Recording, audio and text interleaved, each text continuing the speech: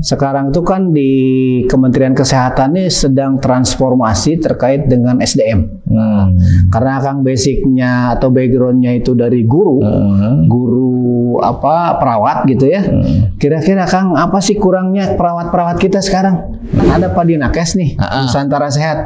Itu menurut Kang bagus nggak sih program itu? Aduh, itu sebenarnya luar biasa ya. Keren ya.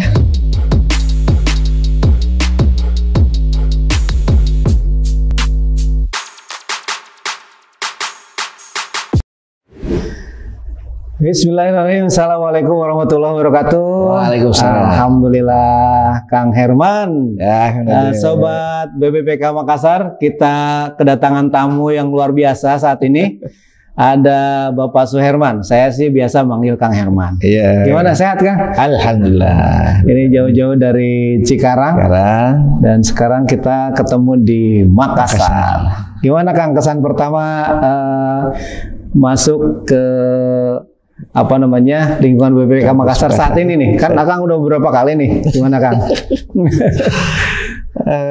Tentu yang pertama begitu menggoda ya. Dulu tidak ada tempat podcast, maksudnya ada seadanya lah kalau ngobrol gitu. Sekarang kayaknya udah luar biasa nih. Cikarang saya kira ketinggalan jauh nih kan. Kita harus belajar di sini untuk membuat sarana-prasarana ya untuk biasa ngobrol-ngobrol lah. Siap. Gitu. Ya memang eranya sekarang era digital ya Kang ya. Jadi supaya meluas pesan-pesan kebaikan itu ya lewat media sosial. Nanti bisa di-share ke teman-teman juga. Siap. Kang punten nih, jadi saya sengaja ngajak ngobrol-ngobrol, ya mungkin ngobrol santai aja. Iya. Pertama mungkin karena saya memang masuk di dunia pelatihan ini baru gitu ya. Jadi saya mesti berguru. Nah, itu yang pertama. Yang kedua, tentu perjalanan Kang Herman ke selama berkarir begitu ya di dunia pelatihan atau sebelumnya juga mungkin ada hal-hal yang bisa saya jadikan contoh gitu ya, saya ikutin gitu. Nah mungkin saya mulai dulu, Kang lahir di mana sih Kang dulu? Waduh. Soalnya kalau lihat ininya sih kalau namanya Sunda gitu ya, tapi Sundana belah mana gitu ya, sebelah mana? Oke. Lahir di Bogor. Oh di Bogor ya Kang ya? Iya, orang tua Bogor juga sih. Sekolah juga di Bogor ya, dari mulai SD, SMP, terus perawat di Bogor. Oh, jadi background perawat. Kemudian karena waktu itu katanya di perawat jadi peringkat 1 gitu lulusnya, sudah selesainya bagus nih, langsung aja ditarik jadi guru katanya gitu. Tapi disekolahin dulu ke sekolah guru perawat. Nah di Bandung. Nah, jadi sekolah ke Bandung itu setelah Akang jadi guru? Jadi perawat. Oh, jadi perawat. Mau jadi guru, nah disekolahin dulu ke sekolah guru perawat. Ini kayaknya cocoknya nih kata guru-guru saya jadi guru kayaknya nih orang ini. Jadilah guru perawat. Tahun berapa itu? 85 baru sekolah guru perawat. Ya. Setelah lulus 86 ngajarlah di sekolah guru perawat SPK di Bogor. Yang di Jalan Semeru itu ya? Jalan Semeru, sampingnya sekarang baru Rumah Sakit Marzuki Mahdi ya. Namanya, kalau dulu Rumah Sakit Jiwa Bogor. Ya. Lalu setelah berkarir sambil sekolah guru pendidikan S1-nya di Indoholdun, di FKIP, Fakultas Keguruan Ilmu Pendidikan, selesai, ternyata berubah kebijakan bahwa SPK ditingkatkan statusnya menjadi akademi perawat. Nah, saya dianggap kurang nih karena dasarnya profesinya hanya guru perawat. Akhirnya disekolahin lagi ke Bandung di Pajajaran. Akang itu di Bandung juga ya? Di Bandung. Iya, saya di Akademi Kesehatan Lingkungan. Ya. Nah, jadi di perawat tuh di Bandung tuh ada Orten yang umum, yang Pajajaran. Pajajaran mah yang guru. Jadi Akang yang di Pajajaran. Yang guru. Nah, Kang kalau bicara guru nih ya, sekarang itu kan di Kementerian Kesehatan ini sedang transformasi terkait dengan SDM. Karena Kang basicnya atau backgroundnya itu dari guru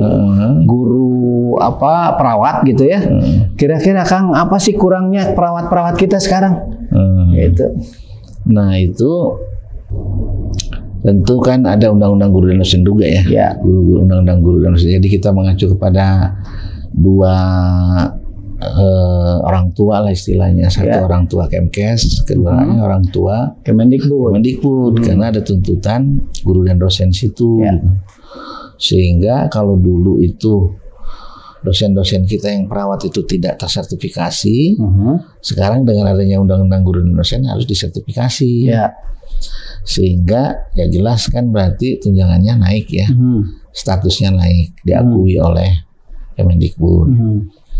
Nah tentu dengan transformasi SDM, semua guru ini sekarang harus meningkatkan kompetensinya lagi nih, kan gitu ya, termasuk penguasaan bahasa Inggris, teknologi, apalagi sekarang kan dengan digital. Jadi memang banyak ketinggalan sih ya kalau kita lihat yang masa tempo dulu. Itu dari sisi gurunya. Jadi teman-teman sahabat BPK Makassar, kalau melihat seperti itu berarti memang program yang harus dikuatkan dari sisi institusi pendidikannya. Karena di situ menyangkut mutu. Kalau mutu itu berarti mutu institusinya dan mutu SDM-nya. Untuk pengajarnya, sehingga lulusannya pun berkualitas kan gitu ya. Sekarang gini Kang, tantangannya ya, kita dari sisi kebutuhan dalam negeri ini kan seolah-olah kurang sebenarnya ya, bukan seolah-olah, memang kurang ya. Nah, tapi kalau lihat ya lulusan setiap tahun itu kan perawat banyak sekali. Terus ya, perawat tuh kira-kira ketersambungannya itu, kok produksi banyak tapi kok kurang gitu. Nah di sisi lain banyak juga yang nganggur. Ada apa sih sebenarnya masalahnya Kang? Itu sebenarnya masalah tempo dulu ya, dari dulu tuh. Produksi banyak, tapi dia nggak masih kurang. Distribusi tidak merata. Kompetensinya begitu-begitu aja. Jadi kalau yang katanya lulusan bidan tiap tahun 20.000, terus berarti kan harusnya angka kesakitan kematian menurun. AKB ya. AKB-nya itu menurun. Ini malah naik aja terus. Gitu. Lulusan banyak.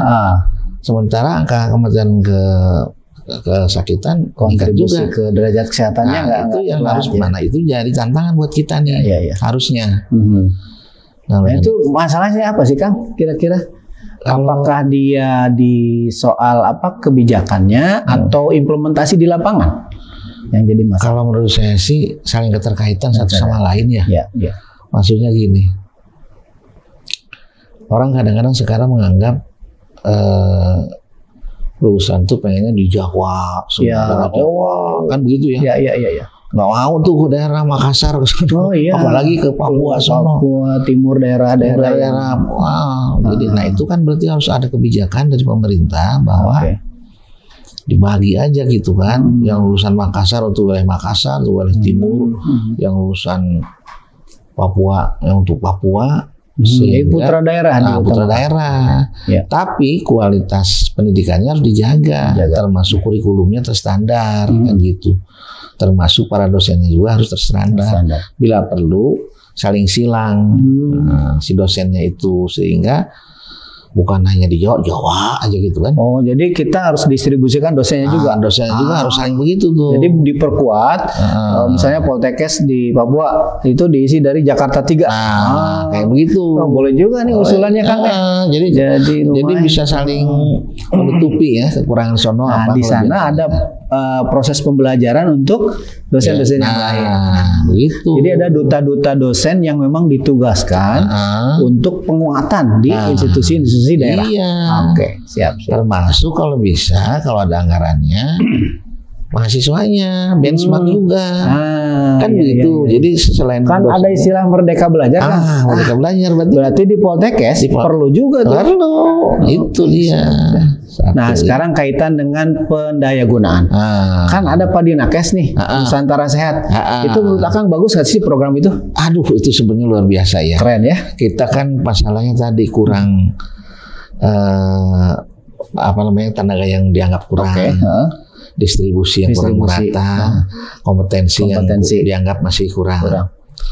Nah dengan adanya tadi program Padinakes Nusantara Sehat, Kan berarti di Poltekkes itu ada 7 jenis dari 9 jenis tenaga yang dibutuhkan standar ya untuk pemerataan ya ke sono ya. Jadi itu udah bagus sebetulnya direkrut nih. Nah saya sih berharapnya begini, nggak usah susah-susah nyari tenaga nih. Jadi mahasiswa yang sudah tingkat akhir, yang berkualitas, pokoknya yang sudah tingkat akhir, yang 7 jenis itu tinggal dibekali di balai-balai di Bapelkes. Oh, iya, hubungannya dengan program kita ya? Iya, hubungannya dengan program Bapelkes nih dan BPPK. Dari pembekalannya di situ, misalnya Poltekkes Makassar. Ada lulusan yang mau lulus nih. Pembekalannya di Balai Besar Kesehatan Makassar. Jadi dia link and match dengan program di lapangan nanti. Begitu lulus langsung sebar. Ini menarik. Jadi masukan dari obrolan santai ini ternyata ada ide-ide yang luar biasa nih. Nah biayanya itu disiapkan sama kita selama sekolah kan berarti oleh Poltekkesnya. Begitu mau pembekalan biayanya dititipin di balai-balai besar, di balai-balai besar di Poltekkes kan gitu. Baru hasilnya setelah itu kan berarti disebar dengan penugasan. Cari daerah-daerah yang memang butuh. Ini ada keterkaitan ya antara Poltekkes dengan menyiapkan dengan pendidikannya, dilatih untuk kemampuan lapangan di Bapelkes BPPK, ditugaskan ke daerah yang masih membutuhkan. Kan 2 tahun butuhkan, kan 2 tahun tuh. 2 tahun program. Jadi yang tadi jumlahnya berarti terpenuhi, kompetensi yang kurang dibekali, lalu distribusinya jadi terselesaikan. Selesai, insya Allah bisa sehat semua. Itu usulan saya begitu tuh. Nah sekarang kan belum semua ini kan berarti di bawah Dirjen Nakes. Berarti Ibu Dirjen. Mudah-mudahan Bu Dirjen ini mendengar, kemudian nanti masuk para direkturnya juga mendengar, bisa saling menjadi satu kebijakan yang komprehensif kan istilahnya gitu ya. Jadi tidak saling menunggu ya. Jadi jangan sampai nanti malah lulusan-lulusan lain yang minta dilatih sama kita untuk menggali itu, padahal kita udah punya sumber daya bagus tuh Poltekkes. Nah sekarang bicara isu kesehatan, kalau tadi terselesaikan ya dengan soal distribusi kualitas kompetensi, kemudian nanti soal jumlah, berarti program selanjutnya adalah ke arah bagaimana kompetensi tenaga ini juga bisa bersaing ke luar negeri kan. Cerita luar negeri. Gimana Kang sekarang? Kan Kang basic perawat, kemudian pernah dosen. Kira-kira kompetensi perawat kita tuh apa sih masalahnya sehingga belum bisa bersaing dengan perawat Filipina dengan waduh itu panjang semua ceritanya dikit aja lah. Tapi paling tipis-tipis aja Kang. Kita paling tidak memang kurikulumnya terus harus tersana seperti mereka dulu kurikulumnya. Lalu satu kurikulum ya, itu dari sisi perangkat ya berarti kan ya. Lalu kemudian yang tadi dosen kan jelas harus dilengkapi juga. Internasionalnya harus dipenuhi juga dia, duplomnya dan sebagainya, keterampilannya harus benchmarkan ke sana dia. Kan begitu ya. Kan sekarang ada kayak Bapelkes Batam, unggulannya kan teknis medis. Nah itu sebetulnya bisa untuk dosen-dosen yang mau ke luar negeri kan, ke Singapura misalnya atau dilatih dulu di sono, karena kan memang perangkatnya Bapelkes Batam itu seperti mini hospital ya. Jadi jadi sudah ada bagian-bagiannya, ini bagian bedah, bagian anak, bagian maternitas dan bagian cukup memadai. Nah itu harusnya didatangkan dosennya dari luar negeri dulu tuh, diundang di situ. Dosen-dosen kita dilatih di situ. Pokoknya pembelajaran di situ. Setelah itu baru mereka dikirim dulu ke sono. Yang sesungguhnya kayak gini. Di prakteknya pulang dari sana giliran mahasiswanya nih sono diajarin, jadi menyambung menjadi satu. Jadi pada akhirnya akan dihasilkan tenaga-tenaga dosen yang mampu istilahnya memiliki wawasan global. Global ditularkan ke mahasiswa. Nanti begitu terusnya uji kompetensi. Nah, di samping itu mungkin mereka perawat-perawat kita itu mesti ikut sertifikasi, ya. Iya. Kan ada standar sertifikasi kompetensi dari perawat-perawat ya di internasional yang diakui secara internasional ya. Iya. Itu. Sebenarnya yang sekarang juga kan banyak yang sudah tenaga kita banyak yang sudah tersebar ya. Iya. Yang mau yang sifatnya G2G atau satu lagi tuh yang perjanjian kerjasama dengan luar negeri itu. Nah itu kan kalau G2G kan dengan antar negara nih, ada juga yang terkirim ke sono, ke Jepang, ada ke Singapura, ada yang ke Filipina, ada juga yang ke private-nya ya. Gitu. Ada ya maupun yang itu yang para swasta itu yang pada ngirim juga sih luar negeri gitu. Oke, jadi alhamdulillah nih banyak hal yang kita bisa perbincangkan. Saya kira mungkin sahabat BPK Makassar bisa menangkap inti dari pembicaraan ini ya. Meskipun temanya banyak teman-teman bisa nanti bergantian lah pengalaman-pengalaman teman-teman yang lain bisa di sini menyebarkan.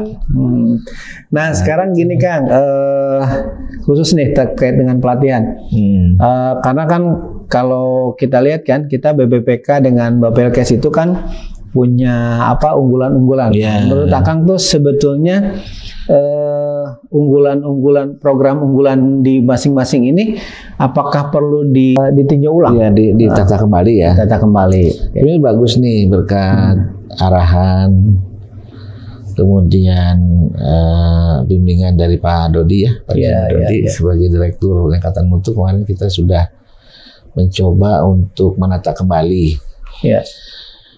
Tentang memperkuat bagaimana si masing-masing balai itu bisa menata kembali unggulannya, bukan unggulan mungkin namanya ya, tapi sekarang berpatokan kepada katanya yang 9 jenis penyakit apa? Ya, ada yang termasuk prioritas. Nah itu di situ kemudian nanti dibikinlah pelatihan masing-masing gitu. Sebenarnya sudah jelas sudah terbagi-bagi sehingga semua balai bisa melaksanakan yang terkait dengan pelatihan yang 9 jenis penyakit terus program nasional. Nah itu prioritas. Oke, jadi intinya bahwa kita nih di BBPK Bapelkes itu sebetulnya siap running lah 2023 ya. Jadi termasuk juga dari programnya P2KSN. P2KSN kan fokus ke bagaimana meningkatkan kompetensi ASN internal Kemenkes. Nah, itu kita siap juga Kang ya. Dengan nilai-nilai berakhlaknya. Betul, nilai berakhlak. Kemudian ada kompetensi-kompetensi manajerial yang mungkin perlu diperkuat.